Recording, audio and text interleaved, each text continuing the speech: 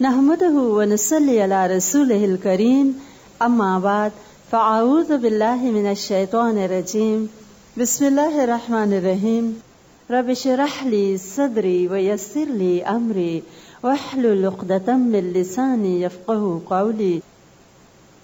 ہمارے عظیم محسن امام بخاری رحمۃ اللہ علیہ اور ان کے ساتھ ہی ساتھ امام مسلم رحمۃ اللہ علیہ، دو امام ہیں، دونوں کا زمانہ ایک ہے، دونوں کے کارنامے ایک جیسے ہیں، دونوں ہم عصر ہیں، دونوں استاد اور شاگرد کا درجہ رکھتے ہیں، لہذا دونوں کو ساتھ ساتھ ہی پڑھ کے لطف آئے گا اور ان کو سمجھنے میں آسانی ہوگی.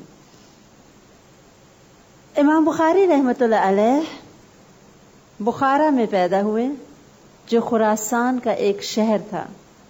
خراسان نے چند عالم پیدا کیے نامور، جن میں ابو علی سینا کا نام قابل ذکر ہے، اور امام بخاری رحمۃ اللہ علیہ نے اپنے وطن اور اپنے والدین کا نام علم کی دنیا خصوصاً حدیث کے میدان میں روشن کر دیا. ان کا نام امام بخاری رحمۃ اللہ علیہ کے والد خود محدث تھے. ان کے والد کا نام اسماعیل تھا. امام بخاری رحمۃ اللہ علیہ کا اپنا نام محمد تھا، لہذا ان کا پورا نام محمد بن اسماعیل ہے، اور بخارا میں پیدا ہونے کی وجہ سے بخاری کہلائے.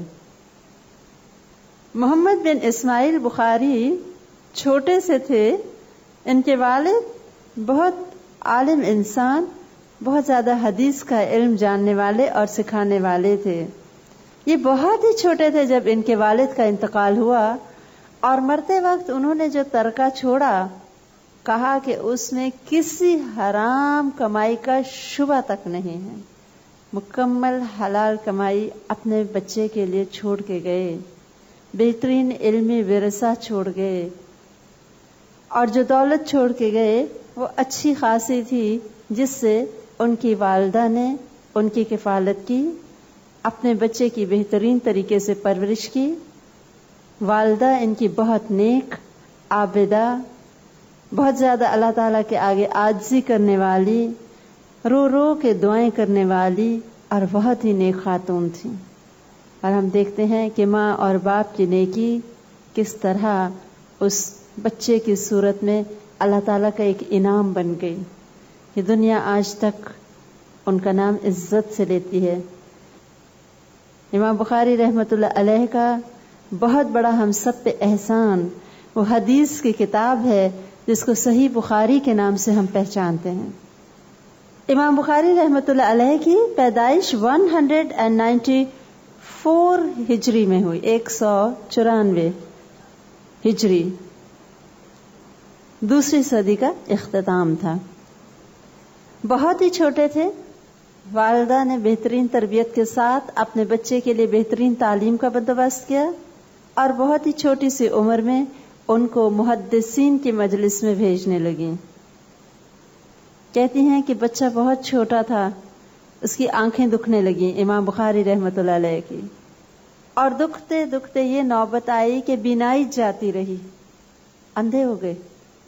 ماں تھی کہ سجدے میں گڑ گڑا کے اور رو رو کے اللہ سے دعائیں کرتی. بہت روتے روتے سوئیں. خواب میں ابراہیم علیہ السلام کو دیکھا کہ انہوں نے کہا کہ تمہاری دعائیں اللہ تعالیٰ نے قبول کر لیں، اور تمہارے رونے اور دعا کرنے سے اللہ نے تمہارے بیٹے کی آنکھیں ٹھیک کر دیں. اٹھیں، دیکھا تو بیٹے کی بینائی واپس آ گئی تھی. اور کہتے ہیں صرف بینائی واپس نہیں آئی تھی، وہ اس قدر قوی اور روشن بصیرت کے مالک ہو گئے کہ پھر بعد کے زمانے میں انہوں نے چاندنی راتوں میں بیٹھ بیٹھ کے بہت ہی مشہور اپنی تاریخ کی ایک کتاب لکھی جس کو تاریخ کبیر کہا جاتا ہے. چاندنی راتوں میں روضہ رسول کے پاس بیٹھ کے صلی اللہ علیہ وسلم پوری تاریخ کی کتاب لکھ ڈالی. ماں کی دعائیں، ماں کی تڑپ، ماں کا شوق اللہ تعالیٰ نے قبول کر لیا. کہتے ہیں کہ 10 برس کی عمر میں تو میں باقاعدہ بیٹھا ہوتا تھا محدثین کی مجلس میں، اور بالآخر یہ ہوا کہ بخارا کے قریب اور اندرون بخارا جتنے بھی علماء تھے ان سے فائدہ میں حاصل کرتا، اور جو حدیث سنتا مجھے یاد ہو جاتی. ایک بہت ہمیں کمال نظر آتے امام بخاری میں، وہ ان کا قوی حافظہ، زبردست میموری ہے. کہتے ہیں ایک دن میں اپنے استاد کے درس حدیث میں بیٹھا ہوا تھا، جو کہ بخارا کا ایک بہت بارونق اور مشہور مدرسہ تھا، اور وہاں پہ بہت لوگ آتے. استاد کا بڑا نام تھا کہ میں نے سنا میرے استاد ایک حدیث بیان کر رہے تھے، اور جب انہوں نے حدیث کے ٹیکسٹ سے پہلے جو سند ہوتی ہے نا کہ فلاں نے فلاں سے سنا، فلاں نے فلاں سے، اس حصے کو سند یا چین کہتے ہیں. یاد رکھیے حدیث کے دو حصے ہوتے ہیں، ایک وہ جس میں حدیث بیان کرنے والوں کے نام ہوتے ہیں، اور آگے جو ایکچوئل آپ صلی اللہ علیہ وسلم کے الفاظ ہوتے ہیں کوٹیشن میں، وہ ٹیکسٹ یا متن ہوتا ہے حدیث کا. تو جب وہ سند بیان کرنے لگے کہ فلاں نے فلاں سے سنا، فلاں نے فلاں سے، تو انہوں نے اپنے استاد کو ٹوکا کہ ذرا چیک کر لیجئے. جب انہوں نے ابا زبیر کہا، انا ابا زبیر، تو انہوں نے کہا کہ نہیں، آپ ذرا ابا زبیر کو چیک کر لیجئے، یہ سند ٹھیک نہیں. اس ٹوکنے پہ ان کے استاد ذیلی بہت ناراض ہوئے. دوبارہ وہ حدیث بیان کرنے لگے تو انہوں نے پھر تھوڑا انتہائی ادب سے التجا کی کہ ذرا آپ دیکھ لیجئے. پہلے تو انہوں نے امام بخاری کو ڈانٹا، پھر وہ اٹھے اور گھر جا کے انہوں نے چیک کیا. جب چیک کیا تو امام بخاری درست کہہ رہے تھے. انہوں نے اپنی غلطی کو تسلیم کیا، اور بعد میں جب امام بخاری اٹھ کے جانے لگے تو ان کا امتحان لینے کے لیے ان سے پیچھے جا کے پوچھا کہ کیف ہوا یا غلام، اے لڑکے وہ کس طرح تھی، کہ دیکھو کہ بس صرف غلطی کا ہی اندازہ تھا یا صحیح بات بھی جانتا ہے. انہوں نے پوری سند A to Z ان کو سنا دی، اور خود کہتے ہیں اس وقت میری عمر 11 برس تھی. اپنے استاد کو چیلنج کیا اور درست تھے. 16 برس کی عمر میں اپنے علم میں ماہر ہو گئے، اور جو بڑے بڑے محدثین تھے اور حدیث کے اس کام میں ماہر تھے، وہ کہتے تھے اگر امام بخاری ہمارے حلقہ درس میں آ کے بیٹھ جاتے تو ہم مروب ہو جاتے تھے کہ یہ آگے ہیں، اگر کوئی غلطی ہوئی تو پکڑے جائیں گے. کہتے ہیں ہم گھبرا اٹھتے تھے جب امام بخاری آتے. صرف 16 برس. کہتے ہیں ایک مرتبہ ایک استاد آئے اور کہنے لگے کہ فلاں فلاں فلاں فلاں حدیثیں، تو کسی نے کہا کہ وہ جو لڑکا ابھی اٹھ کے گیا ہے کاش تم اس وقت آتے، اس کو 70,000 حدیثیں یاد ہیں. 70,000 زبانیں. وہ کہتے میرے پیچھے پیچھے آئے اور میں نے ان کو سنا دی. صرف حدیثیں حفظ نہیں تھیں، ان کی ایک بہت بڑی کمال یہ ہے کہ حدیث کی جو سند یا چین ہے، ابھی میں نے آپ کو ایکسپلین کیا کہ چین کیا ہوتی ہے، اس کے بارے میں بھی بتاتے تھے کہ یہ ٹھیک ہے، درست ہے واقعی، یا بیچ میں جو نام آ رہے ہیں 3 4 5 لوگوں کے، ان میں سے کوئی ایک راوی ٹھیک نہیں ہے یا نام غلط ہو گیا ہے، یعنی سند صحیح ہے یا اس میں کمی ہے یا غلطی ہے یا نام غلط ہے، وہ سب بتا دیتے تھے. انہوں نے علم کے لیے دور دراز سفر کیے. 16 برس کی عمر میں اپنی والدہ اور اپنے بھائی کے ہمراہ حجاز گئے، اور حج کے بعد والدہ تو اپنے بیٹے احمد کے ساتھ واپس آ گئیں اور یہ وہیں رک گئے، اور علم کے لیے دور دور سفر کیا. آپ جانتے ہیں کہ علم کے لیے سفر کرنا رحلہ کہلاتا ہے، رحلہ. اور یہ اس زمانے میں بہت خوشی اور فخر کی بات ہوتی تھی. دور دراز سے لوگ جاتے، ایک ایک حدیث کے لیے 3 ماہ کا سفر کرتے، اس لیے کہ جب فتوحات شروع ہوئی تھیں اور مسلمان دور دور تک پھیل گئے تھے، صحابہ کرام مختلف صوبوں میں گئے کہ نئے علاقے جو ہیں وہاں کے لوگوں کو صحیح علم دیا جائے. تو بہت جلد جو لوگ علم جاننے والے تھے وہ ساری اسلامی مملکت میں پھیل گئے تھے. صحابہ کرام جب پھیلے تو ان سے علم حاصل کرنے والے تابعین خود پھر مزید پھیل گئے. اس لیے اب علم حدیث ایک جگہ پہ نہیں تھا، علماء پھیل چکے تھے، ہر ایک کے پاس کوئی نہ کوئی علم تھا حدیث کا، جس کے لیے لوگ خود ڈائریکٹلی استادوں تک پہنچتے. اور کوشش یہ ہوتی تھی کہ اس محدث سے جا کے حدیث سنیں جس کے اور حضور صلی اللہ علیہ وسلم کے درمیان کم سے کم لوگ ہیں. یعنی وہ حدیث بہت زیادہ صحیح ہوتی تھی جس میں کم استاد ہوتے تھے, بہت فخر کی بات ہوتی. میں نے صرف 1 یا 2 لوگ تھے جنہوں نے براہ راست سنا اور پھر آگے میں نے ان سے سنا. اس لیے اگرچہ دوسرے شہروں میں ہوتے تھے لوگ جو علم جانتے تھے, لیکن وہ 3rd 4th پرسن تک آ جاتی تھی بات. تو یہ چاہتے تھے بیچ میں استادوں کو منیمائز کر دیا جائے. آپ بات سمجھیں؟ اس لیے وہ رحلہ کرتے تھے اور سفر کرتے تھے اور دور دور پہنچتے تھے اور کہتے تھے تم نے جو حدیث خود سنی مجھے بھی سنا. امام بخاری نے بھی یہ سفر کیے اور کچھ کم نہیں کیے. حیرت ہوتی ہے اس زمانے کے مشکلات, سفر کی صعوبتیں اور ہزاروں میل کے سفر. کہتے میں بصرہ بھی گیا, شام بھی گیا, عراق بھی گیا, جزیرہ بھی گیا, خراسان تو اپنا وطن تھا وہاں سے سارا علم حاصل کیا, مرو گیا, بلخ گیا, ہرات گیا, رے گیا. اس لیے کہتے ہیں کہ امام بخاری رحمۃ اللہ علیہ نے جب اتنے سفر کیے تو کبھی کبھی علم کے راستے میں ایسے ان پہ شدید فقر اور تنگی آئی کہ کہتے ہیں میرے پاس کچھ بھی نہ رہا اور میں نے 3 دن گھاس کھا کھا کے گزارا کیا. امام مالک نے کہا تھا کہ علم کے لیے فقر برداشت کرنا ضروری ہے اور پھر ضروری ہے کہ اس فقر میں بھی بہرحال طلب علم کو ہی ترجیح دی جائے. یہ نہیں کہ ہمت ہار کے بیٹھ جائیں, اب نہیں ہو سکتا تو اب بس جتنا حاصل کر لیا کافی. 3 دن کہتے میں نے گھاس کھایا اور سفر کرتے کرتے پاؤں کا یہ حال ہو جاتا تھا, کبھی سواری ملتی تھی کبھی نہیں ملتی تھی. پیروں پہ یہ لوگ چیتھڑے باندھ لیتے تھے, ریگز باندھ لیتے تھے جب پاؤں بہت زخمی ہو جاتے تھے چل چل کے, لیکن سفر نہیں چھوڑتے تھے, پہنچتے تھے, اتنی مشکلات برداشت کرتے تھے. پھر جو لوگ اتنی اللہ کے راستے میں کوششیں کرتے ہیں, قربانیاں کرتے ہیں, تو پھر اللہ تعالیٰ ان کی کوششوں کو قبول فرماتے ہیں. ان سے وہ کام لیتے ہیں جو پوری امت کے فائدے کا ہوتا ہے.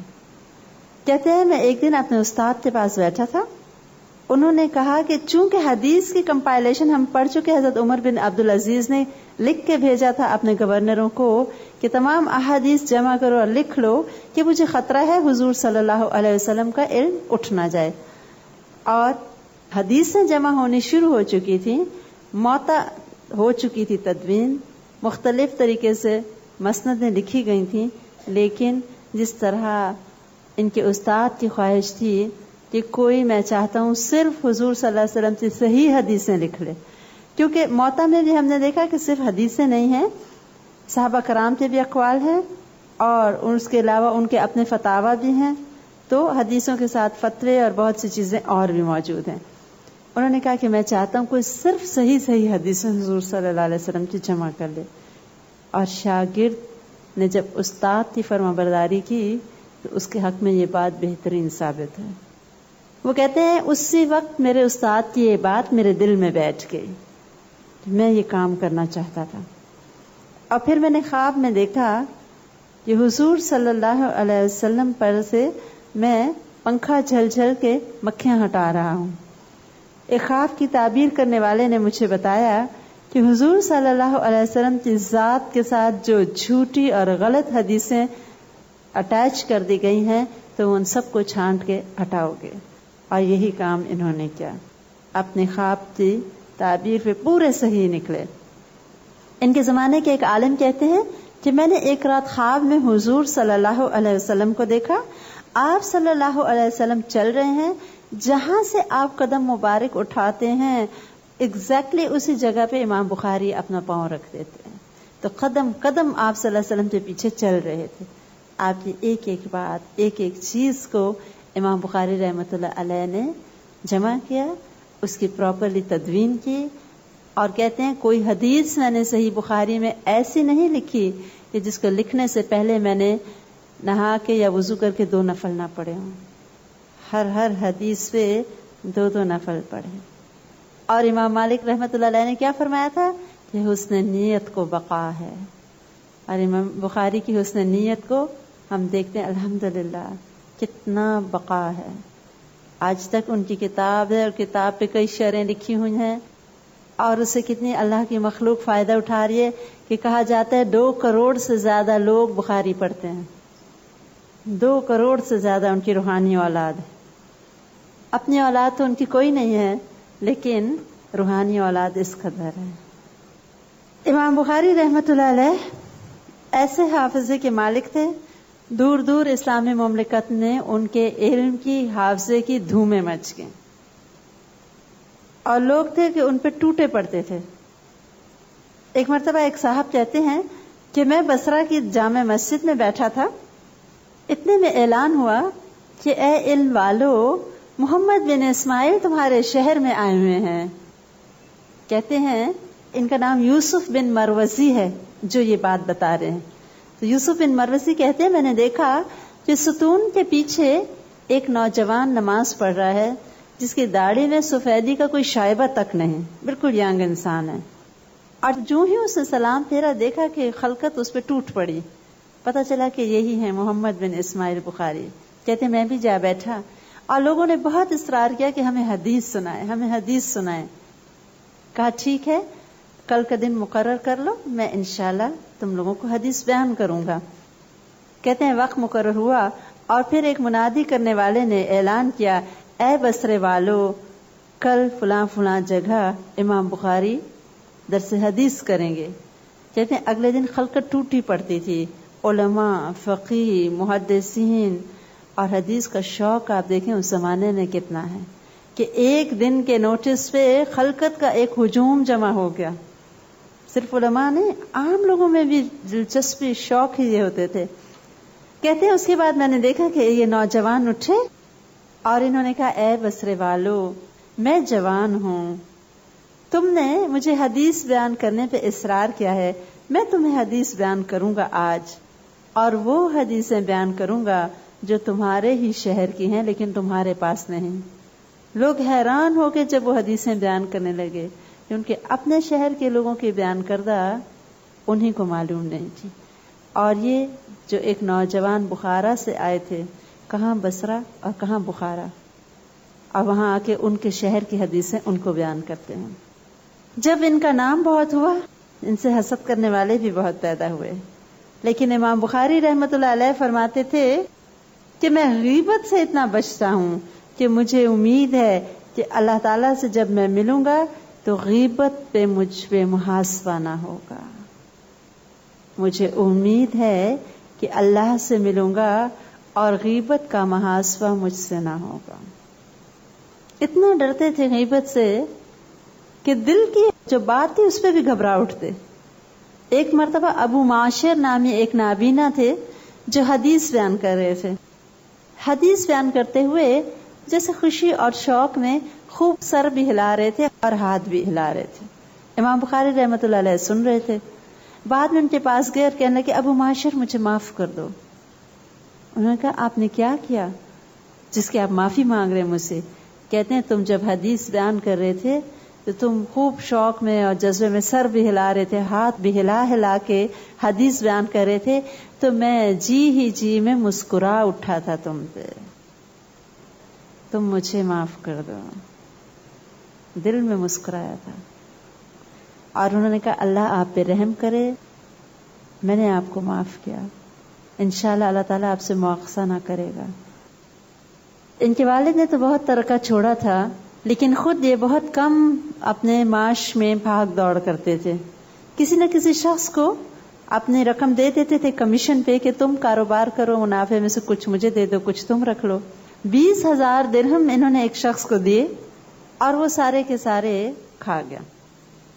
اب ان کے اوپر بہت زیادہ تنگ دستی کا عالم تھا. کہتے ہیں اتنی تنگ دستی ہوئی کہ ان کے پاس پہننے کے کپڑے تک نہ رہے، صرف ایک لنگی رہ گئی، چھپ گئے گھر بند کر کے اندر بیٹھ کے. اب باہر کیسے نکلوں اس حال؟ لوگوں نے کہا کہ آپ اس شخص پہ مقدمہ کریں جو آپ نے پیسے کھا گیا. کہتے نہیں میں اس کو تکلیف نہیں دے سکتا.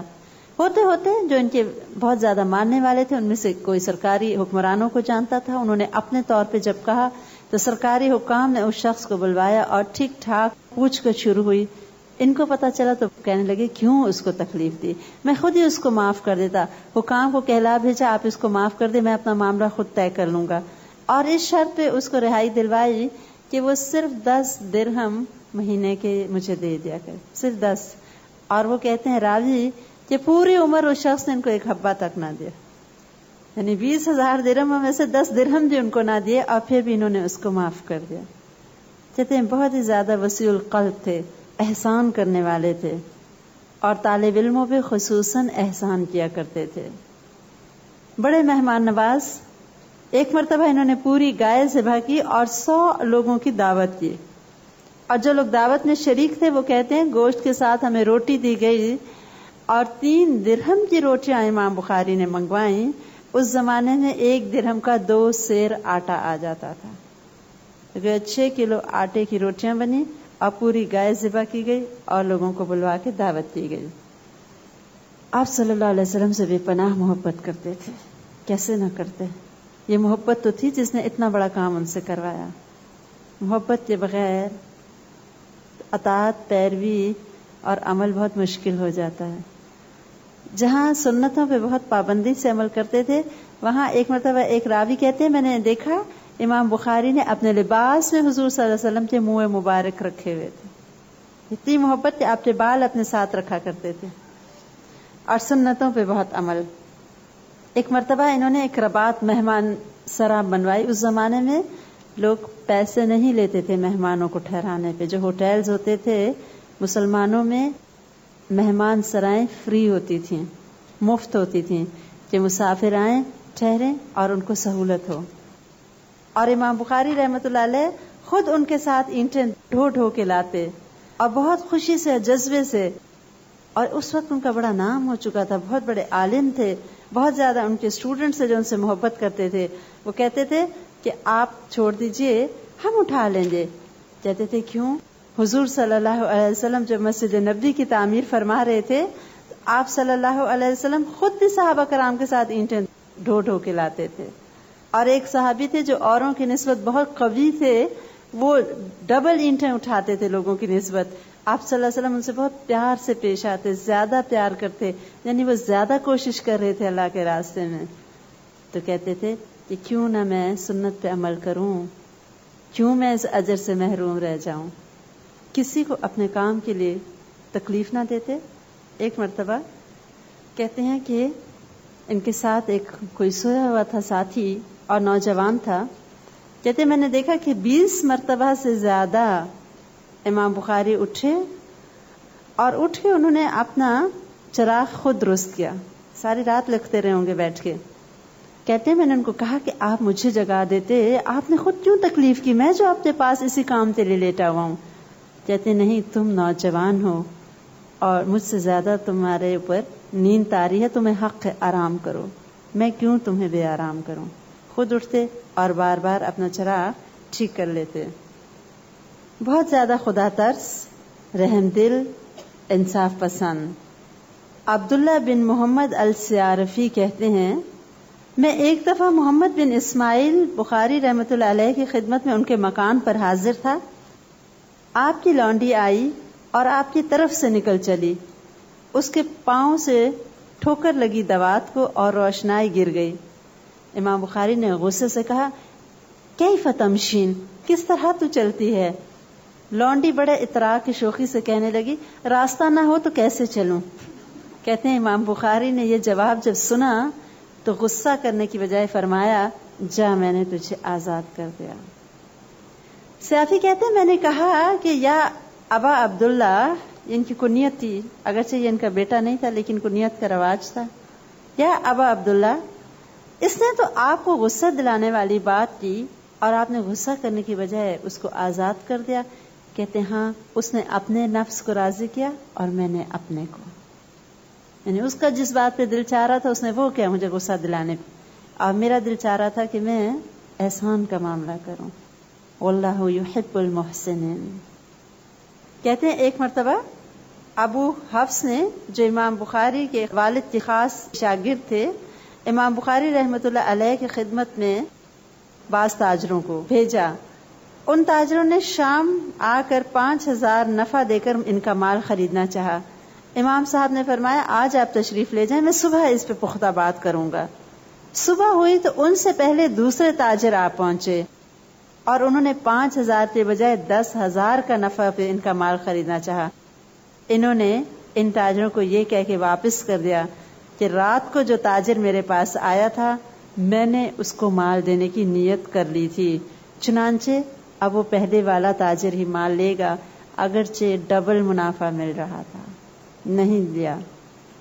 کہتے تھے میں اس بات کو پسند نہیں کرتا کہ اپنی نیت توڑوں، یعنی اپنے نفس پہ کنٹرول۔ نفس تو چاہتا تھا کہ زیادہ مال آئے، لیکن مال کی محبت سے دوری، اور یہی تو ہے نفس کے اوپر قابو کرنا۔ قد افلح من زکاہا، کامیاب تو وہی ہوا جس نے اس کا تزکیہ کر لیا نفس کا۔ کہتے ہیں حفص بن عمر الاشقر، ہم لوگ بصرہ میں حدیث لکھتے تھے اور ہمارے ساتھ امام بخاری بھی کتابت حدیث میں شریک تھے۔ امام بخاری کو ہم نے کئی دن دیکھا کہ وہ حدیث کی کتابت میں شریک نہیں ہو رہے تھے۔ بہت تلاش کیا تو دیکھا کہ حجرے میں ہیں اور لباس ہے کہ بالکل ختم۔ معلوم ہوا کہ خرچ ان کا بالکل ختم ہو گیا، حتیٰ کہ بدن کے کپڑے بھی فروخت کر چکے تھے۔ آخر ہم نے چندہ کیا اور آپ کے لیے کپڑے تیار کروائے، تو اس کے بعد وہ ہمارے ساتھ کتابت میں شریک ہوئے۔ اور کہتے ہیں ان کی ایسی حالت گزری تھی مگر انہوں نے کسی سے اپنی حاجت خود نہ پیش کی۔ کہتے ہیں ایک مرتبہ ایک شخص مسجد میں آیا، ان سے بات کرا تو شاید ان کی داڑھی میں کوئی تنکا یا ایسی چیز تھی، اسے وہ نکالا اور وہیں مسجد میں ڈال کے چلا گیا۔ جب تک لوگ ان کے پاس رہے باتیں کرتے رہے، یہ ان کی نگاہ برابر اس تنکے پہ لگی رہی۔ لوگوں کی نظر بچا کے وہ تنکا اٹھا کے اپنی آستین میں رکھا اور پھر مسجد سے باہر جا کے اس کو ڈالا۔ یہ کیا تھا؟ مسجد کا احترام۔ ایک تنکا بھی مسجد میں نہیں رہنے دینا۔ جیسے میں نے پہلے بھی کہا، کہتے تھے جب سے مجھے علم ہوا کہ غیبت کرنا حرام ہے، اس وقت سے میں نے کسی کی غیبت نہیں کی۔ اب مجھے امید ہے کہ میرے خلاف کوئی مدعی غیبت کے سلسلے میں قیامت کے دن نہ ہوگا۔ وراق کہتے ہیں میں نے کہا آپ پر لوگ تاریخ کے بارے میں دھبا لگاتے ہیں کہ اس میں لوگوں کی غیبت ہے، جو تاریخ میں حقائق لکھنے پڑتے ہیں، اگر فلاں شخص غلط ہے تو غلط ہے اور غیبت حرام ہے، لیکن لوگ کہتے ہیں آپ نے غیبت کی۔ آپ نے فرمایا تاریخ میں جو کچھ ہے، جو کچھ ان کے بارے میں اقوال ہیں اور جو حقائق ہیں، میں نے صرف وہ لکھے ہیں، اپنی طرف سے کوئی بات اس میں نہیں کہی۔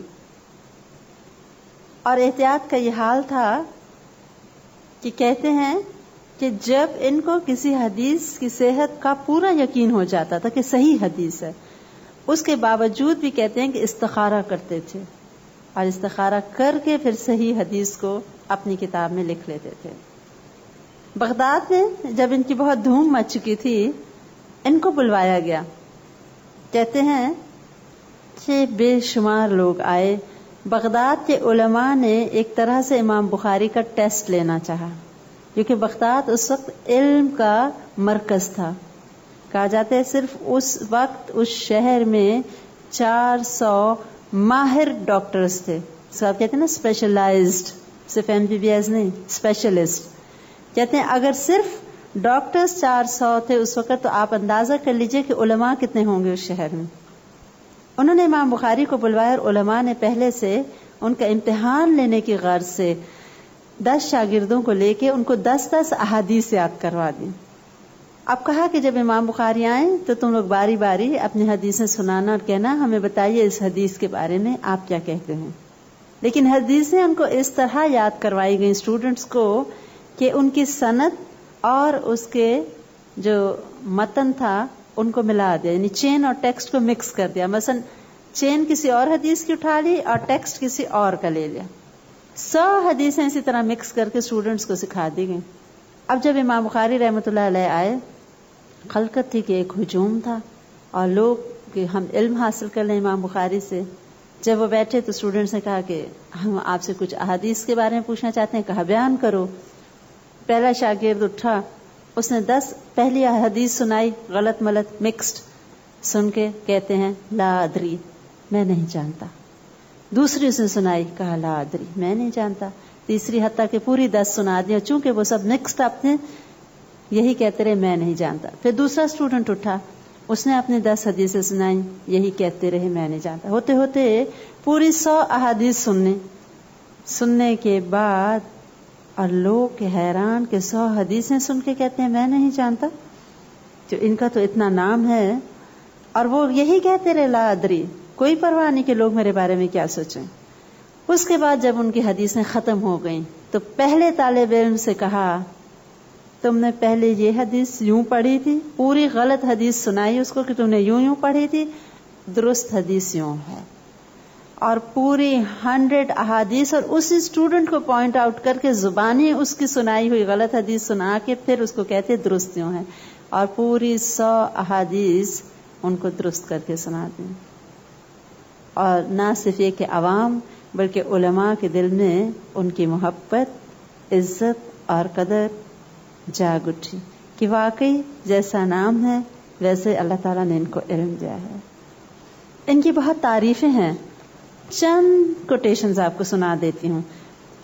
یحییٰ بن جعفر کہتے ہیں اگر مجھے قدرت حاصل ہوتی کہ میں اپنی عمر محمد بن اسماعیل کو دے دیتا تو میں ان کو اپنی عمر دے دیتا، کیونکہ میری موت تو صرف ایک شخص کی موت ہے، لیکن محمد بن اسماعیل کی موت علم کی موت ہے۔ اسی طرح ابو طیب حاتم بن منصور فرماتے ہیں کہ محمد بن اسماعیل اللہ کی نشانیوں میں سے ایک نشانی ہے۔ امام مسلم رحمۃ اللہ علیہ ایک مرتبہ امام بخاری رحمۃ اللہ علیہ سے ملے، ایک حدیث کے بارے میں پوچھا، امام بخاری نے فرمایا اس میں علت ہے، یعنی تھوڑی سی خرابی ہے، یہ ایک ٹرم ہے علت، یوں سمجھ لیجیے کوئی کمی ہے اس حدیث میں، یہ ٹھیک یہاں سے نہیں۔ انہوں نے کہا کہ کیا علت ہے؟ بس کہا کہ ہے۔ انہوں نے پھر کہا، رو پڑے مجھے بتائیے۔ پھر انہوں نے بتایا کہ یہ فلاں راوی جو ہے وہ اس طرح نہیں، اس طرح ہے۔ اور انہوں نے کہا میں گواہی دیتا ہوں کہ دنیا میں آپ کی مثال کوئی نہیں۔ امام مسلم رحمۃ اللہ علیہ امام بخاری کے لیے فرما رہے ہیں میں گواہی دیتا ہوں کہ دنیا میں آپ کی مثال نہیں۔ عبداللہ بن حماد ایلی کہتے ہیں کاش میں محمد بن اسماعیل کے بدن کا ایک بال ہی ہوتا۔ اتنا آنر ہے کہ ان کے جسم کا کوئی حصہ ہی ہو جاتا، کچھ نہیں تو ایک بال ہی ہوتا۔ سلیم بن مجاہد فرماتے ہیں میں نے 60 سال میں ان جیسا نہ فقیہ دیکھا اور نہ ہی ایسا پرہیزگار کسی اور کو دیکھا۔ احمد بن سیار جنہوں نے تاریخ مرو لکھی ہے وہ کہتے ہیں محمد بن اسماعیل فقیہ، صاحب بصیرت، حافظ اور معرفت والے ہیں، یعنی ایٹ اے ٹائم صاحب بصیرت، بہت گہری نگاہ رکھنے والے، فقیہ، دین کی باریک سمجھ بوجھ اور فقہ دینے کی قوت، بہترین حافظے والے اور معرفت والے ہیں۔ امام احمد بن حنبل رحمۃ اللہ علیہ فرماتے ہیں کہ ان کی تعریف کرتے ہیں، اور اس لیے بھی ان کی بہت تعریف ہے کہ ان کی عبادت، ان کے اخلاق، ان کے کردار کے ساتھ ساتھ سنتوں پہ عمل بہت زیادہ تھا۔ اچھا، جہاں علم بہت جانتے تھے وہاں کہتے ہیں بہترین جنگی فنون بھی جانتے تھے۔ کہتے ہیں کہ تیر اندازی اگرچہ علماء کا فن نہیں، لیکن امام بخاری رحمۃ اللہ علیہ اس لیے تیر اندازی کرتے کہ آپ صلی اللہ علیہ وسلم بہترین جنگی داؤ پیش جانتے تھے، اور کہتے ہیں اتنا اچھا ان کا نشانہ تھا کہ کبھی تیر کا نشانہ خطا نہیں جاتا تھا امام بخاری سے۔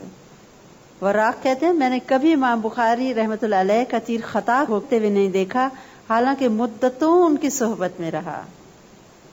کہتے ہیں ہاں ایک مرتبہ ایسا ہوا کہ ہم لوگ تیر اندازی کے لیے نکلے اور اتفاقاً امام بخاری رحمۃ اللہ علیہ کا تیر ایک پل پر جو کسی نہر پہ بنا ہوا تھا، اس پل کے میخ پر جا کر ان کا تیر لگ گیا اور اس سے پل کو نقصان پہنچا۔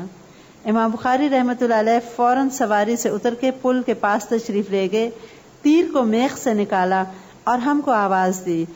ہم قریب پہنچے تو آپ نے افسوس سے میری طرف مخاطب ہو کے فرمایا، ابو جعفر یعنی وراق تھے، تم اس پل کے مالک کے پاس جاؤ اور کہو کہ ہم سے تمہارا پل خراب ہو گیا، اگر تم اجازت دو تو تمہارے پل جیسا پل ہم بنا دیں، یا تمہاری خوشی ہو تو ہم سے اس کی قیمت لے لو اور ہمارا قصور معاف کر دو۔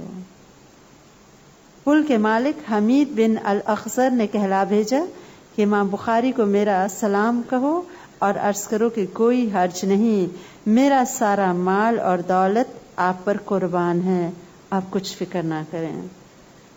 امام بخاری نے یہ سنا تو بہت خوش ہو گئے اور اس خوشی میں 100 درہم غریبوں اور مسکینوں میں تقسیم کر دیا کہ میرا قصور دنیا میں معاف ہو گیا۔ 100 درہم کا صدقہ، اور اس کے ساتھ 500 احادیث روایت کی شکرانے کے طور پہ۔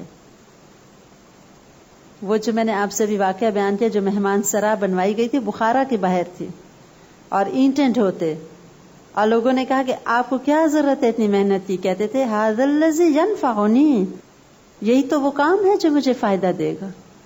اینٹیں ڈھو ڈھو کے لاتے، کہتے کیوں؟ حضور صلی اللہ علیہ وسلم نے جنگ خندق کے موقع پر اپنے ہاتھوں سے چٹانیں توڑی تھی کدال کے ساتھ، اور مسجد نبوی کی تعمیر میں اپنے ہاتھ مبارک سے صحابہ کرام کے ساتھ اینٹیں اور پتھر ڈھوئے تھے، اور جب آپ یہ کام کر رہے تھے اور ساتھ ساتھ یہ اشعار پڑھ رہے تھے، اللہم لا عیش الا عیش الآخرہ فاغفر الانصار والمہاجرہ، کہ زندگی تو اے اللہ آخرت کی ہی زندگی ہے، بس بخش دے انصار کو اور مہاجروں کو۔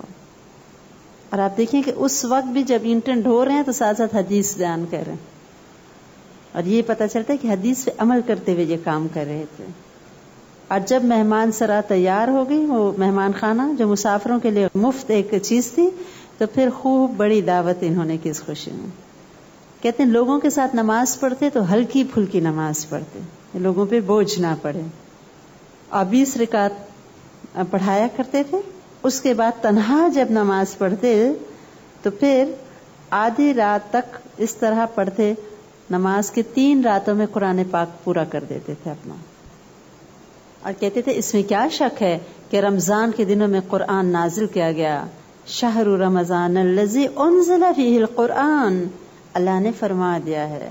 اور حضور صلی اللہ علیہ وسلم بھی تو ہر رمضان میں جبرائیل علیہ السلام کے ساتھ دورہ قرآن کیا کرتے تھے، اور آخری سال آپ صلی اللہ علیہ وسلم نے 2 مرتبہ دورہ قرآن کیا تھا۔ اس لیے اللہ کے بندوں کو چاہیے کہ رمضان میں قرآن سے اور زیادہ شغف کیا کریں اور زیادہ پڑھا کریں۔ کہتے ہیں میں نے 2 بار اللہ تعالیٰ سے دعا کی اور دونوں بار میری دعا قبول ہو گئی۔ کہتے تھے میں نے جب بھی کوئی دنیا کی بات کی تو پہلے اللہ کی حمد و ثنا کر لی اور اس کے بعد ذکر کیا، دنیا کی بات اللہ کی تعریف کے بغیر بھی نہیں کرنی۔ کہتے تھے انسان کو ایسی حالت میں رہنا چاہیے کہ اگر وہ دربار الہی میں سوال کرے تو اس کا سوال رد نہ کیا جائے۔ یہ بہت جامع جملہ ہے امام صاحب کا، جس کا خلاصہ یعنی یہ اس حال میں رہے سے کیا مراد ہے؟ حلال روزی کھائے، سچ بولے، اللہ سے ڈرتا رہے، اس کے ساتھ اخلاص اور محبت، اور اسے کبھی غفلت نہ کرے۔ اور یہی انہوں نے خود بھی کیا۔ تبھی تو کہتے تھے میں نے جب دعائیں کی اور میری قبول ہوئی تو میں ڈر گیا کہیں میں آخرت کے اجر سے نہ محروم رہ جاؤں، اتنی زیادہ دنیا میں مہربانیاں مجھ پہ ہو رہی ہیں۔ امام بخاری رحمۃ اللہ علیہ عمرہ اور بادشاہوں سے دور دور رہا کرتے تھے۔ امام بخاری رحمۃ اللہ علیہ جب حدیث کا پورا اپنا علم مکمل کر کے واپس اپنے شہر بخارا میں آئے اور درس حدیث دینا شروع کیا تو دنیا تھی کہ جوک در جوک چلی آتی، اور اس قدر شہرت ہو گئی تھی ان کی کہ کہا جاتا ہے جب یہ تشریف لائے تو لوگوں نے ان پر سے اشرفیاں نچھاور کی صدقے کے طور پہ، غریب اٹھائیں، اتنی انہوں نے خوشیاں منائی۔ اور کہا جاتا ہے جو لوگ ان کے استقبال کے لیے آئے تھے 4000 تو صرف گھوڑے پہ سوار لوگ تھے، اور باقی لوگ تو الگ تھے جو پیدل تھے۔ اتنی زیادہ ان کی دھوم، اتنا علم، خلقت میں اتنی محبت، لیکن ان کو دنیا کی کوئی پرواہ نہیں تھی۔ اس لیے جب خالد احمد زاہلی نے ان کو کہا کہ آپ آئیں اور میرے بچوں کو پڑھائیں میرے گھر پہ، تو انہوں نے کہا تھا کہ میں علم کی بے قدری نہیں کر سکتا، چند لوگوں کی خاطر عوام کو محروم نہیں کر سکتا، کہ اتنی دیر اگر میں چند بچوں کو پڑھاؤں تو یہاں جو ہزاروں لوگ آئیں ان کا نقصان ہو جائے گا۔ انہوں نے کہا کہ اچھا اگر آپ ہمارے محل میں تشریف لانا پسند نہیں کرتے تو شہزادوں کے لیے خاص وقت مقرر کر دیں جس میں عام لوگ نہ آئیں۔ امام مالک کو بھی یہی کہا تھا نا خلیفہ نے۔ انہوں نے کیا کہا؟ یہ حضور صلی اللہ علیہ وسلم کی میراث ہے، اس میں عام اور خاص سب کا برابر حصہ ہے۔ میری درسگاہ اور مسجد کا دروازہ ہر وقت اور ہر شخص کے لیے کھلا ہوا ہے، جس کو شوق ہو آ کر فائدہ اٹھا لے. کسی کے لیے روک ٹوک نہیں. میں کبھی ایسی درخواست منظور نہیں کر سکتا. اگر ناخوش ہو تو میرا درس بزور روک دو. لیکون لی عند اللہ عذر، تاکہ اللہ کے دربار میں میرے پاس عذر ہو کہ اے اللہ میں نے کیوں درس کرنا چھوڑا، کیونکہ زبردستی مجھے روک دیا گیا تھا. لوگ ان کی بہت قدر کرتے اور علماء اگرچہ ناراض ہو گئے، لیکن امام مسلم فرماتے ہیں کہ جب امام بخاری رحمۃ اللہ علیہ نیشا پور تشریف لے گئے تو اہل شہر 2 اور 3 منزل آگے جا کے ان کا استقبال کرنے آئے، اور اتنی شان کے ساتھ ان کو لایا گیا کہ کسی حاکم اور کسی اور اہل علم کا ایسا استقبال نہ دیکھا. پیدل سوار اور گھوڑ سوار اور گدھے اور خچر. بغداد میں جب تشریف لائے تو وہاں دھوم مچ گئی تھی. بصرہ پہنچے تو وہاں ہنگامہ مچ گیا. اور کہتے ہیں کہ خود یہ حال کیا تھا، ہر وقت اللہ تعالیٰ سے ڈرتے تھے، بہت زیادہ اللہ سے ڈرنے والے. اپنی تنہائیوں میں اپنے اللہ کے ساتھ آہوزاریاں، دعائیں. اسی لیے کہتے ہیں کہ ان کا اس قدر دنیا میں بھی ہم دیکھتے ہیں کہ اللہ تعالیٰ نے وہ محبت مخلوق کے دل میں ڈال دی جو ان کے دل میں اپنے اللہ اور رسول صلی اللہ علیہ وسلم کی تھی. سلیمان بن حرب جو اپنے وقت کے بہت بڑے حافظ حدیث، امام اور مکہ کے قاضی ہیں، وہ سب مل کے امام بخاری کی تعریف کرتے اور کہتے تھے ان کا حافظہ ایسے غضب کا تھا کہ 10,000 ایک مرتبہ انہوں نے احادیث روایت کی اور ہاتھ میں کوئی کتاب نہ تھی. حافظے کے زور پر 10,000 حدیثیں ایٹ اے اسٹریچ بیان کی. اور کہتے تھے جب یہ زبانی بیان کرتے تھے تو لوگ اپنی کتابوں کو ٹھیک کر رہے ہوتے تھے. ان کے حافظے پہ اتنا یقین تھا. ایک مرتبہ ان کے ساتھی کہتے ہیں کہ ہم نے دیکھا کہ امام بخاری ہمارے ساتھ بیٹھتے جب ہم علم حاصل کر رہے تھے اور لکھتے نہیں تھے. ہم نے ان کو بہت ٹوکا کہ آپ کیا کرتے ہیں، لیکن وہ کچھ نہ لکھتے اور ہم بہت حیران ہوتے اور ناراض ہوتے. اور ہم نے دیکھا کہ ہم نے 8,000 حدیثیں لکھ لی اتنے دنوں میں، جتنے دن ہم بیٹھے اس درس حدیث میں. آخر ہم نے جب ان کو بہت زیادہ ڈانٹ ڈپٹ کی تو انہوں نے کہا میں تمہیں حدیثیں سناؤں. اور انہوں نے جب حدیثیں زبانی بتانی شروع کی ہم نے فوراً اپنی کتابوں کی غلطیوں کو درست کیا. ہم نے جو سن کے لکھا ہوا تھا اس میں غلطیاں تھیں، اور انہوں نے جو صرف سن کے یاد کیا تھا ورڈ بائی ورڈ درست تھا. لیکن ان کی بہت زیادہ احتیاط ہوتی تھی احادیث کے معاملے میں. کہتے ہیں میں نے ایک شخص سے 10,000 روایات سنی اور صرف اس لیے اس سے حدیث میں روایت آگے نہیں کی اپنی کتاب میں کیونکہ اس کے ایک باب میں مجھے شبہ ہے، صرف شبہ ہے، ڈاؤٹ. چھوڑ دیں 10,000 حدیثیں چھوڑ دیں.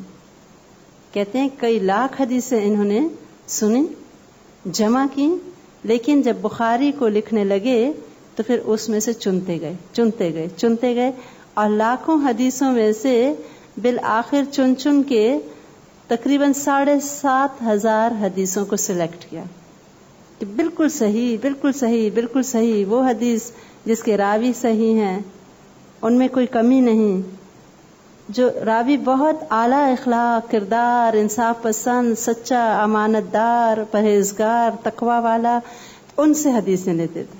اور خود یہ حال تھا، کہتے تھے کہ کوئی کردار میں میرے شائبہ نہ رہے تاکہ بعد والے لوگوں کے دل میں کوئی ڈاؤٹ نہ ہو کہ جس کی کتاب پڑھ رہے ہیں وہ شخص خود ٹھیک نہیں تھا. اسی لیے ایک مرتبہ کہتے ہیں پانی کے جہاز پہ جا رہا تھا، لمبا سفر تھا، راستے میں ایک شخص کے ساتھ جان پہچان ہو گئی اور بڑی محبت ڈیولپ ہوئی. ہوتے ہوتے امام بخاری رحمۃ اللہ علیہ نے اس کو بتا دیا کہ میرے پاس تھیلی میں 10,000 درہم ہے. کسی بات میں بات کر دی، وہ شخص بے ایمان ہو گیا. جب رات گزری تو صبح کے بعد رونا پیٹنا شروع کر دیا اور کہتا ہے میرے پاس 10,000 درہم کی تھیلی تھی، میری تھیلی چوری ہو گئی. تلاشی لو جس کے پاس نکل آئے میری تھیلیاں. نشانیاں بتائیں. سب کی تلاشی لی گئی، امام بخاری رحمۃ اللہ علیہ کی بھی لی گئی، لیکن تھیلی نہ نکلی. جب سفر ختم ہو گیا اور جہاز سے اترے تو راستے میں آ کے اس آدمی نے ان کو کہا کہ مجھے اتنا بتا دیں کہ آپ نے اس تھیلی کو کیا کیا تھا. کہتے ہیں میں نے اسی وقت چپکے سے سمندر میں پھینک دی تھی. میں نہیں چاہتا تھا کہ میری ثقافت پہ کوئی شبہ آئے اور لوگ کہیں کہ یہ چور تھا. 10,000 درہم پانی میں بہا دیے. اور کہتے ہیں ایک مرتبہ بڑے بیمار ہوئے. طبیب نے، اس زمانے میں کوئی نئی بات نہیں ہے، یورین ٹیسٹ بہت پرانی بات ہے، مسلمان تو اس زمانے میں کرتے تھے.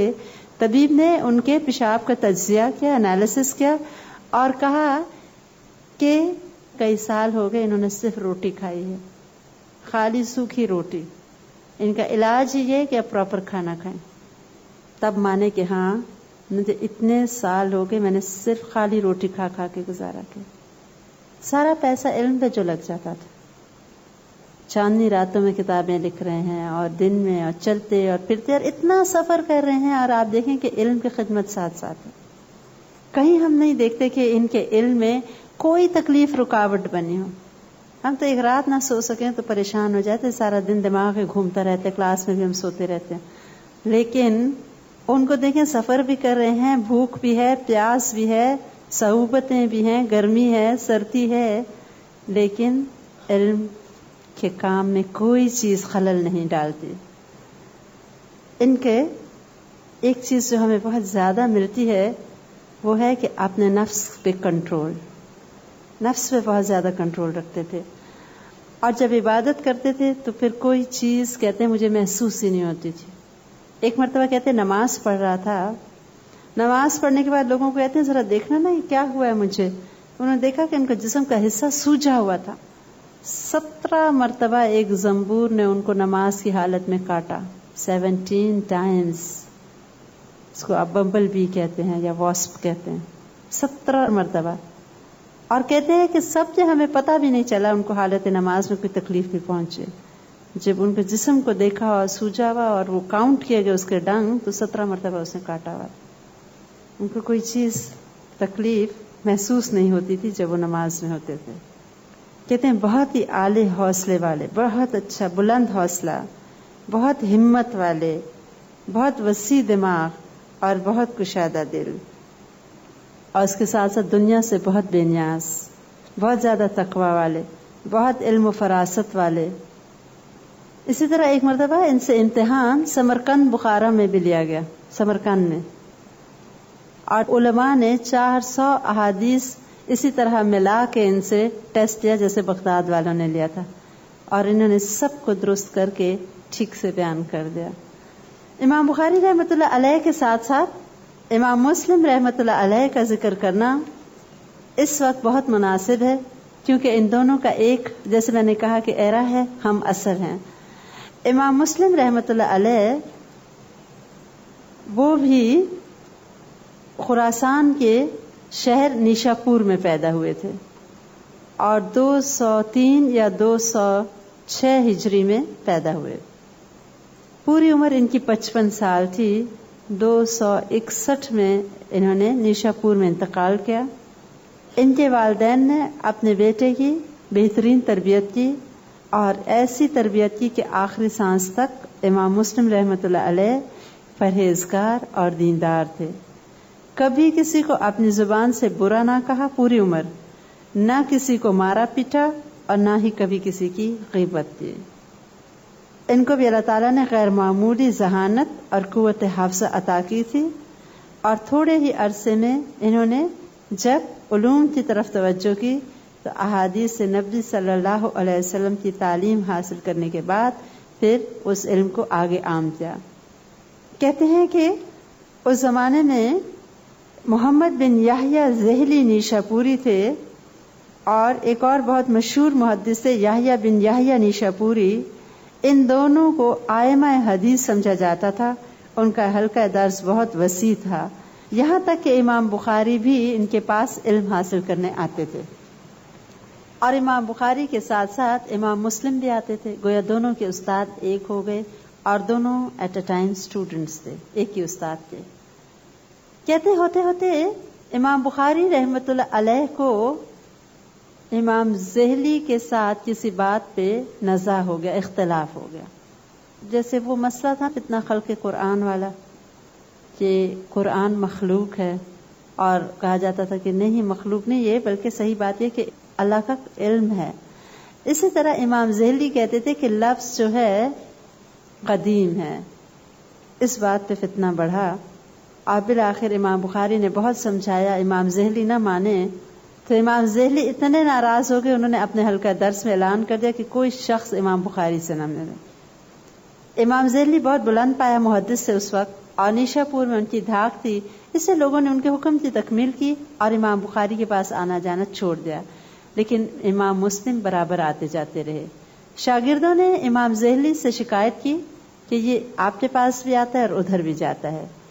امام ذہلی نے کہا، ایک دن اعلان کیا کہ تم میں سے جو شخص اس عقیدے کا ہو جیسے کہ امام بخاری کہہ رہے ہیں تو میری مجلس میں شریک ہونا اس کے لیے حرام ہے، گویا کوئی اس کو چن لے یا مجھ کو چن لے۔ صرف امام مسلم یہ سنتے ہی اٹھے، اپنی چادر سر پہ رکھی اور واپس چلے آئے، اور پھر کبھی امام ذہلی رحمۃ اللہ علیہ کے حلقہ درس میں شامل نہیں ہوئے، یہاں تک کہ جو حدیثیں انہوں نے امام ذہلی سے سن کے لکھی ہوئی تھیں وہ ساری کتاب بھی جا کے ان کو دے آئے، یعنی ان کی امانت ہے علم جو ان سے ملا، جب ان کے پاس نہیں جاتا ان کا علم ان کو واپس دے دیا۔ اس کے بعد امام مسلم مختلف علاقوں کی طرف تحصیل حدیث کے لیے گئے، جس میں حجاز، شام، مصر، رے، یمن اور بغداد بھی شامل ہیں، اور وہیں انہوں نے امام احمد بن حنبل اور مختلف جو مشہور اسکالر سے ان سے علم حاصل کیا۔ انہوں نے 4 لاکھ حدیثیں جمع کر دیں، پھر ان میں سے 1 لاکھ وہ حدیثیں جو بار بار ریپیٹ ہو رہی تھیں، ایک ہی حدیث بار بار مختلف لوگوں نے سنی، ان کو مقررات یعنی ریپیٹیشنز جو تھیں ان کو علیحدہ کیا، اور 3 لاکھ حدیثیں ان کے پاس اکٹھی ہو گئی۔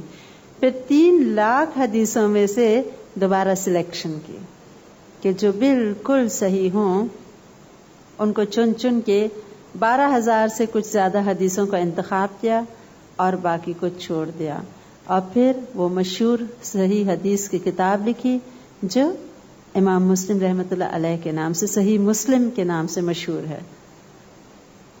جو 6 حدیثیں جن کو علماء بہت معتبر اور صحیح کا لقب دیتے ہیں، ان میں صحیح بخاری اور صحیح مسلم دونوں ساتھ ساتھ شامل ہیں۔ تاہم اس پہ بہت اختلاف ہے علماء کا کہ صحیح بخاری کا درجہ بہتر ہے یا صحیح مسلم کا، اور اگر آپ علماء کے اتنے اچھے کمنٹ سے پڑھیں تو حیرت ہوتی ہے کہ کبھی کوئی ایک کو زیادہ ویٹ دیتا ہے اور دوسرا دوسرے کو۔ صحیح بات یہ ہے کہ دونوں کتابیں بہت صحیح ہیں، کیونکہ ان کے لکھنے والے خود بہت صحیح اور مخلص تھے، اللہ کی خاطر خالص تھے۔ امام مسلم رحمۃ اللہ علیہ نے صحیح مسلم کے علاوہ اور بھی چند بہت مفید کتابیں لکھی ہیں، ان کے نام ہیں مسند کبیر، کتاب الاسماء، کتاب العلل، کتاب الاسیان، کتاب حدیث عمر بن شعیب۔ یہ مختلف نام صرف بتا رہی ہوں آپ سے، دیکھیں کہ وہ لوگ ایک چیز نہیں کئی چیزیں لکھتے تھے۔ کتاب مشائخ مالک، کتاب الطبقات وغیرہ، کافی سارے لمبے نام ہیں۔ تو یہ دونوں امام اپنے وقت کے امام، بڑے صحیح لوگ، اعلیٰ اخلاق اور کردار کے مالک، زندگی وقف کر دی انہوں نے اللہ کے دین کی خاطر، اور جب ایک مرتبہ اس کام کا بیڑا اٹھایا اس کو کر کے چھوڑا، کوئی چیز پھر ادھوری نہیں چھوڑی، اس کام کو مکمل کیا۔ اور واقعی ہم سب پہ احسان ہے ان اماموں کا کہ ہم تک ان کی وجہ سے حضور صلی اللہ علیہ وسلم کا بہت درست علم پہنچ گیا، اور بہت اچھے طریقے سے علم پہنچایا انہوں نے۔ امام مسلم رحمۃ اللہ علیہ کا انتقال کس طرح ہوا، یہ بھی ایک انتہائی انوکھا واقعہ ہے۔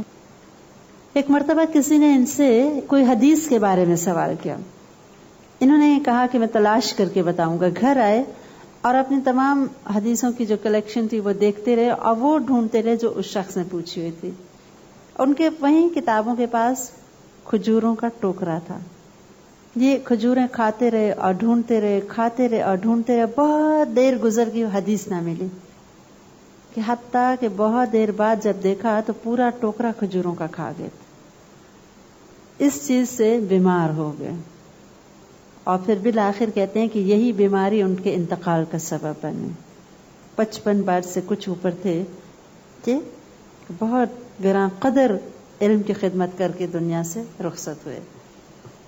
ادھر امام بخاری رحمۃ اللہ علیہ، جن کا نام دور دور تک مشہور تھا، جن کے بارے میں امام مسلم نے خود گواہی دے دی کہ آپ سے بڑا عالم اس وقت کوئی نہیں دنیا میں، ان کے لیے جب یہ آخری وقت میں اپنے واپس وطن آ گئے تو لوگوں نے تو بہت محبت سے بلایا اور بہت قدر کی، لیکن ہم نے دیکھا کہ حاکم جو تھا اس وقت کا ناراض ہو گیا تھا، اور جب انہوں نے انکار کر دیا کہ وہ آئیں اور ان کے بچوں کو علم دیں تو اس نے ان پہ بہت دباؤ ڈالا. جب یہ نہ مانے اس نے ناراضگی میں کچھ علماء پہ دباؤ ڈالا اور اس بات پہ مامور کیا کہ امام بخاری پہ کوئی الزام لگا دیں تاکہ لوگ ہی ان سے بدظن ہو جائیں. لوگوں کے دلوں پہ ان کے علم کا، ان کے تقدس کا ایک گہرا اثر تھا. یہ کام بہت آسان نہ تھا، لہٰذا لوگوں نے ان پہ یہ تہمت لگائی، تہمت کہ آپ قرآنی الفاظ کے مخلوق ہونے کے قائل ہیں. اب یہ بات آپ کو سمجھ آ رہی ہے؟ وہی جو امام احمد بن حنبل کے زمانے میں فتنہ اٹھا تھا کہ قرآن خلق ہے، علم اللہ کا نہیں، خلق ہے. اب ان پہ تہمت لگا دی اور ان پہ بالکل بے بنیاد ایک الزام.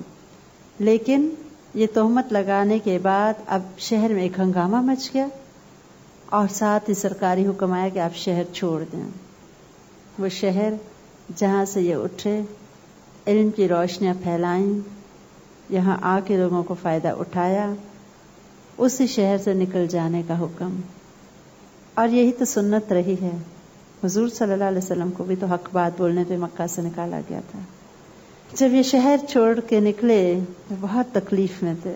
اتنا بڑا الزام اور چھوٹا الزام ان پہ لگایا گیا. اتنے بڑے عالم تھے، اتنا بڑا الزام کوئی کم بات نہیں، جو دوسروں کو صحیح علم دے اور اسی کے بارے میں الزام لگا دیا جائے کہ اس کا عقیدہ ہی غلط ہے.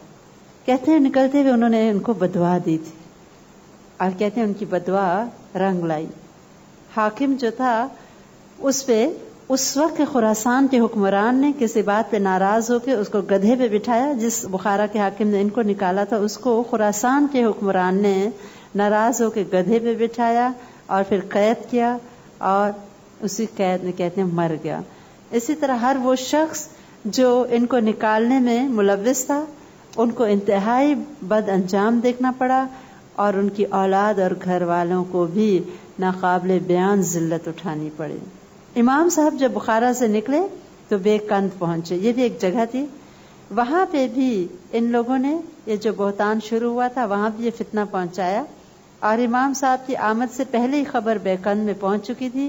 وہاں لوگوں کے دو گروہ ہو چکے تھے، ایک امام بخاری کے خلاف اور ایک ان کی حمایت میں. انہوں نے اپنی وجہ سے لوگوں کا اختلاف گوارا نہ کیا اور آگے جانے کا ارادہ کر لیا. سمرقند والوں نے درخواست کی آپ ہمارے پاس آئیں، یہاں آ کے درس دیں. کہتے ہیں سمرقند کے قریب ایک بستی تھی جس کا نام خرتنک تھا. یہ وہاں جا کے ایک رشتہ دار کے گھر رہنے لگے.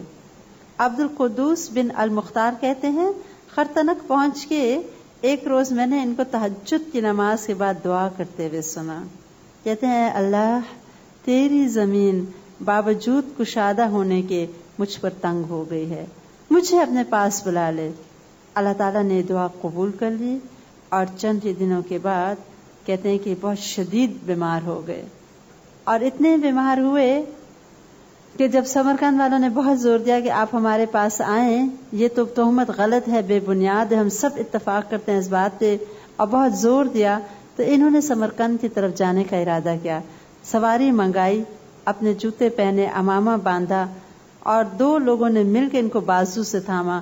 سواری کی طرف 15-20 قدم پہنچے ہوں گے کہ لوگوں کو کہتے ہیں مجھے چھوڑ دو، مجھے بہت ذوف بڑھتا جا رہا ہے. کہتے ہیں ہم نے چھوڑا آپ کو، آپ لیٹ گئے، دعائیں کی، اور ایک دم ان کے جسم سے بے انتہا پسینہ جاری ہونا شروع ہو گیا. یہاں تک کہ کہتے ہیں کہ عید الفطر کی رات تھی، آپ تقریباً 62 برس کی عمر میں اسی حالت میں انتقال کر گئے. اور یوں مسلمانوں کے محسن، آپ صلی اللہ علیہ وسلم کی حدیثوں کی نشر و اشاعت کرنے والے بالآخر دنیا سے رخصت ہوئے.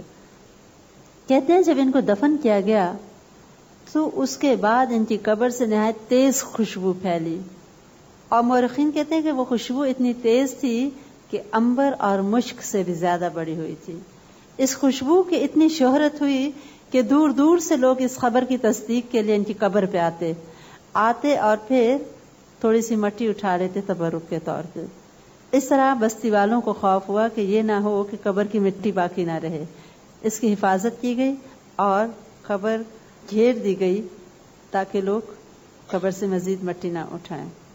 خطیب اپنی سند سے عبد الواحد بن آدم الطواوسی کا ایک واقعہ بیان کرتے ہیں۔